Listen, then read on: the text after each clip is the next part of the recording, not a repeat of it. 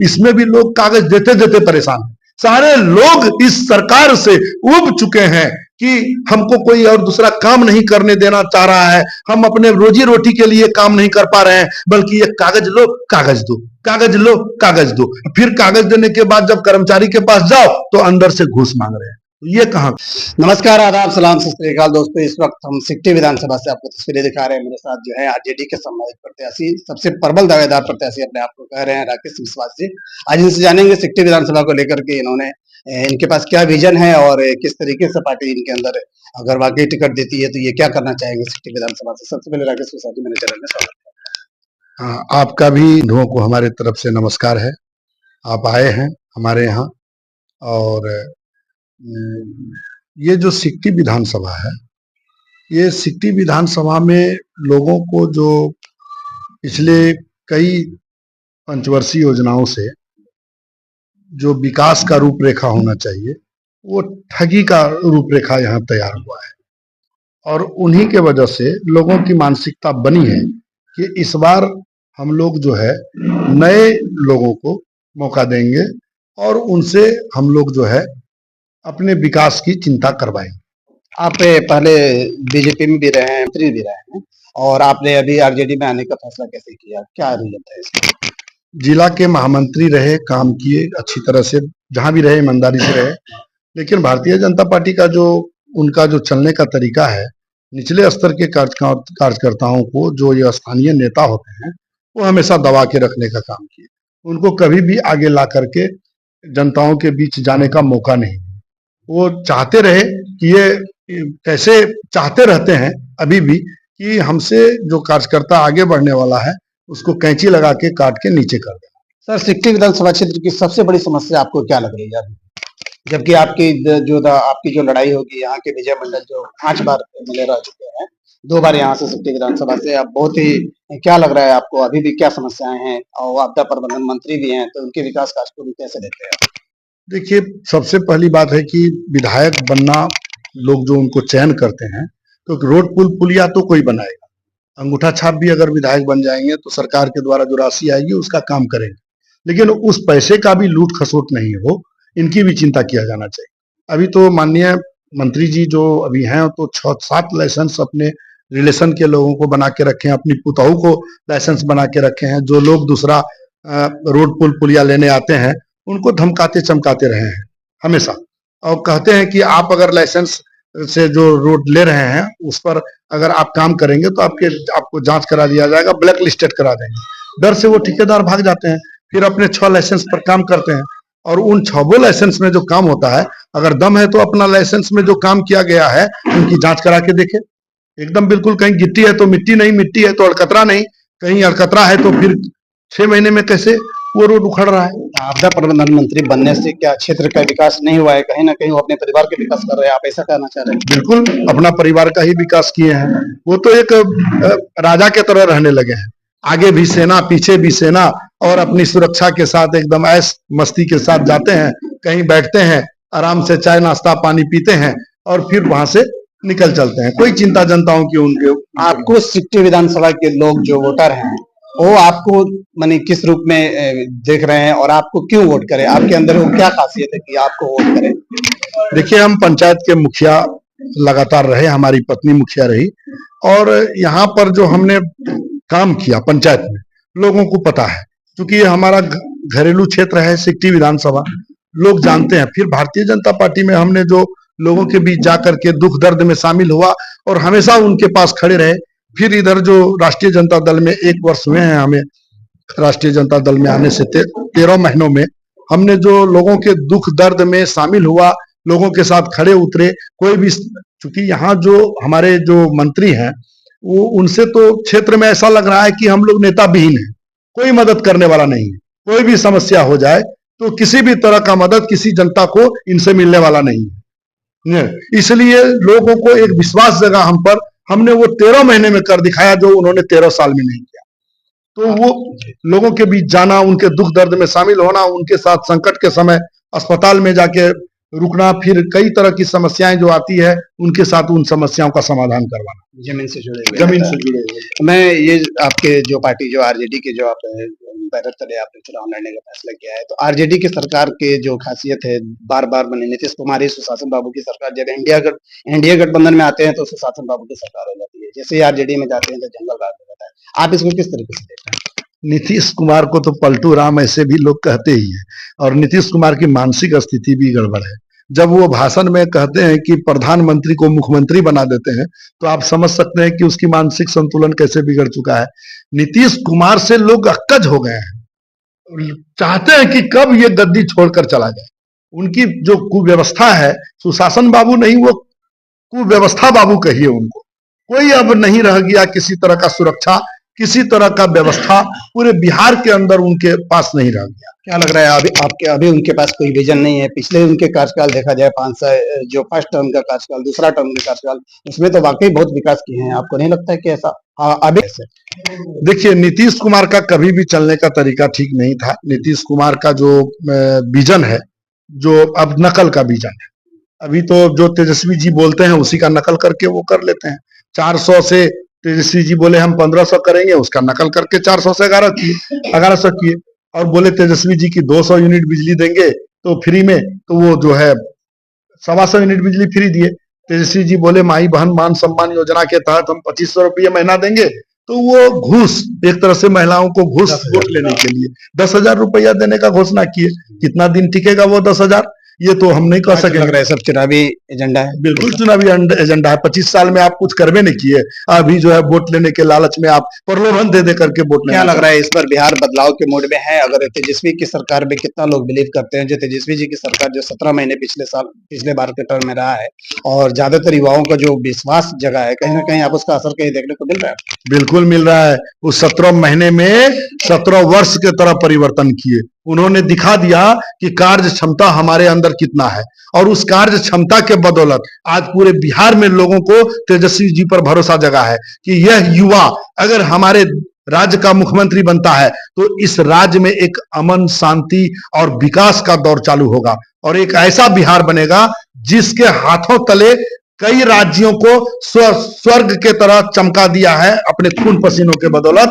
आज उनकी पलायन रोककर बिहार में जब वो मेहनत करना शुरू करेंगे अपना बिहारी, तो बिहार को स्वर्गनिम बिहार बनाएंगे। यह जो सोच लेकर के तेजस्वी यादव आगे बढ़ रहे हैं, लोगों को एक उन पर भरोसा जगा है, एक उम्मीद जगा है, एक विश्वास पैदा हुआ है, और परिवर्तन होके रहेगा।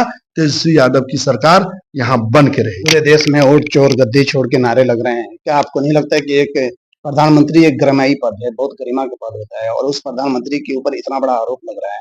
क्या लग रहा है कहीं ना कहीं ये शोभा देता है विपक्ष पार्टी को किस तरीके से? देखिए, ये तो सच को आज क्या, वो तो जो बोल रहे हैं वो सच बोल रहे हैं।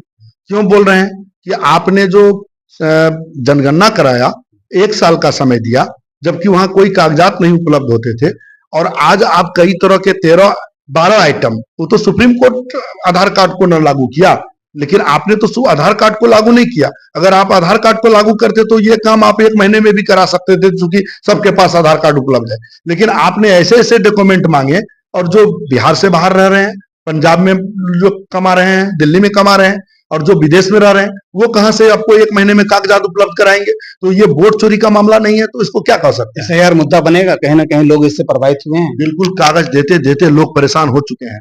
हम तो कहते हैं कि जो बीजेपी के समर्थक लोग हैं वो भी परेशान हो चुके हैं। उनसे भी आप पूछ सकते हैं इस मामले में कितना वो परेशानी उनको झेलना पड़ा है। निवास बनाने के लिए कहां कहां नहीं दौड़ना पड़ा है, अपने कागजात उपलब्ध कराने के लिए कैसे कैसे करके लोग कागजात उपलब्ध कराए हैं। उनको भी लगता है कि ये जो कागज देते देते हम परेशान हैं। फिर इधर देख लीजिए, ये महाअभियान जो चलाया जमीन का, इसमें भी लोग कागज देते देते परेशान हैं। सारे लोग इस सरकार से उब चुके हैं कि हमको कोई और दूसरा काम नहीं करने देना चाह रहा है, हम अपने रोजी रोटी के लिए काम नहीं कर पा रहे हैं, बल्कि ये कागज लो कागज दो, कागज लो कागज दो। फिर कागज देने के बाद जब कर्मचारी के पास जाओ तो अंदर से घूस मांग रहे हैं। तो ये कहां का है? ये क्या और भ्रष्टाचार को किस तरीके से रोकने का आपके पास विजन है? अगर सिकटी विधानसभा से अगर जनता यहाँ के जनादेश आपको देती है, तो आपकी पहली प्राथमिकता सिकटी विधानसभा को लेकर के क्या होगी? देखिए, सबसे पहले तो घुसखोरी समाप्त होगी। बिल्कुल, जब तक यहाँ के जनताओं को घुसखोरी जब तक समाप्त नहीं होगी, तो यहाँ के जनता तरक्की की ओर नहीं जाएंगे। कमाते अपने लिए हैं और पैसे दे जाते अफसरों को हैं, यह समाप्त करना होगा। इसके बाद फिर स्वास्थ्य विभाग में आज सांप काट लेने पर यहाँ इलाज नहीं है, यहाँ से 40 किलोमीटर जाना पड़ता है, रास्ते में दम टूटने की संभावना होती है। और फिर प्रसव, जो महिलाएं प्रसव के लिए होती हैं, उनका सही ढंग से इलाज नहीं है, डॉक्टर नहीं है, हॉस्पिटल में सही व्यवस्था नहीं है। हॉस्पिटल बन रहा था तो पिलर खड़ा है केवल, और वहां जो हॉस्पिटल बन रहा था इतना अच्छा अस्पताल, तो हम लोगों को गोपनीय पता है कि कमीशन के चक्कर में वह भी बनना बंद हो गया। और इस तरह से यहाँ का जो विकास को जिसने रोका है, यहाँ जो एक डोम सड़क है, आप देख लीजिए, सीधे सिकटी विधानसभा के छाती होकर गुजरती है, बीचों बीच उन्हीं से कनेक्टिविटी है चारों सड़क का, सभी सड़कों का। और 15-20 मिनट में यह डोम सड़क पूरे सिकटी विधानसभा को जोड़ती है। और उस सड़क का हाल देख लीजिए, अभी तक नहीं बना है, पुल टूटे हुए हैं, कई जगह जर्जर हुए हैं। अगर इन सड़क को बना दिया जाए तो पूरे विधानसभा में यातायात का भी परिचालन बिल्कुल स्वर्णिम तरीके से हो जाएगा। और इसके अलावा ये बाढ़ पीड़ित क्षेत्र है, बाढ़ की चिंता कुछ नहीं हुआ। यहाँ पर जो है, जहाँ कटान है, जहाँ तत्कालिक बांध चाहिए था, जहाँ पर पानी का रोकथाम चाहिए था, और जल जमाव की स्थिति है, कुआड़ी बाजार जाइए ना, आपका गाड़ी फंस जाएगा। आपके पास इन सब रोकने के लिए, आपके पास ये सब करने के लिए क्या विजन है? आपके पास कोई विजन है जो जनता आपके ऊपर ट्रस्ट करे? बिल्कुल, हमारा जो सरकार हमें जो फंड भेजती है, कोई बेंच देने के लिए केवल नहीं, वो बेंच जो दिया गया है, वो लिखा है सखुआ, आम, शीशम, और लगाया है कदम, आधे पैसे से ज्यादा अपने पॉकेट में जाने के लिए। हम ये काम नहीं करेंगे। हमको जो वो 5 करोड़ देगा, तत्कालीन रोकथाम का काम करेंगे, जिससे जनताओं का भला हो सकेगा। बांध बनवाएंगे उस पैसे से, जो नाला निकासी का काम, जल जमाव की स्थिति है, उनको करवाएंगे। जहां लोगों को तुरंत मुहैया चाहिए, उस पैसे से राहत मिल सके, उस काम को हम करवाएंगे। और डॉक्टर की बहाली करवाएंगे, जैसे भी होगा, सरकार को पकड़ करके, उनको दिखा करके एक अच्छे डॉक्टर, महिला डॉक्टर की बहाली करवाएंगे।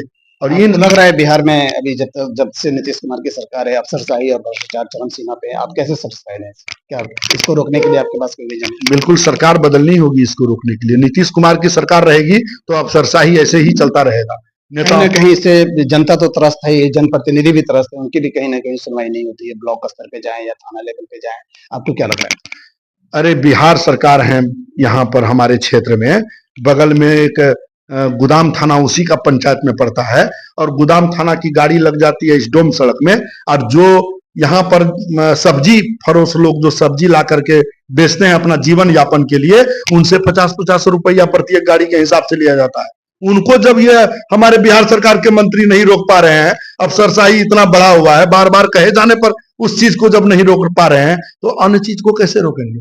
इसमें कहीं ना कहीं अंदरूनी राज होगा, कहीं ना कहीं कोई बात होगा, जिससे कि उनको अपना निजी लाभ होता होगा, और इसलिए इन सब बातों पर वो ध्यान नहीं देता। आरजेडी की नीतियों को आप किस तरह सिटी क्षेत्र की जनता में लाना चाहें? सिटी विधानसभा के क्षेत्र की जनता को किस तरीके से प्रभावित करेंगे? देखिए, यहाँ गरीब गुरबा लोग बसते हैं, यहाँ पर ज्यादातर लोग मजदूरी करके कमा कर खाते हैं, और यहाँ पर जब लोगों का, और ज्यादा किसान भी हैं, और यहाँ पर सही ढंग से अगर किसानों की बिक्री केंद्र अगर खुल जाए, यहाँ किसान अपना अनाज को सही ढंग से बेच दे, एमएसपी वगैरह, इन सब चीजों की सही ढंग से व्यवस्था हो जाए, तो यहाँ का किसान को एक अच्छा लाभ होगा, और वो अच्छे ढंग से पैसे भी अपने अनाज बेच करके ला सकेंगे।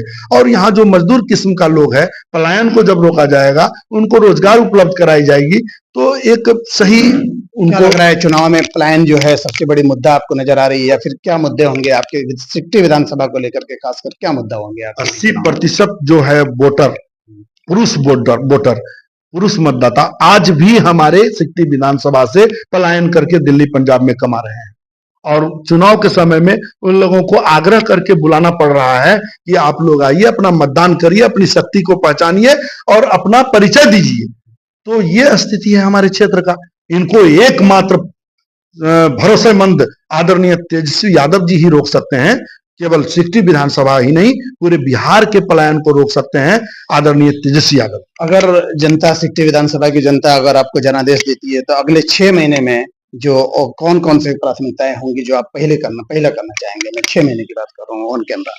बिल्कुल, अगर मुझे जनता ने जनादेश दिया और मौका मुझे मिला, तो सबसे पहला काम मेरा घुसखोरी समाप्त करना होगा। ये जो भ्रष्टाचार, चाहे जिस भी तरीके से हो, पूरे बिहार में बदलाव हो या नहीं हो, उसकी जवाबदेही मेरी नहीं होगी। जहां के जनता हमको विधायक बनाएगा, चाहे जिस भी तरीके से हो, मैं घुसखोरी को समाप्त करूंगा।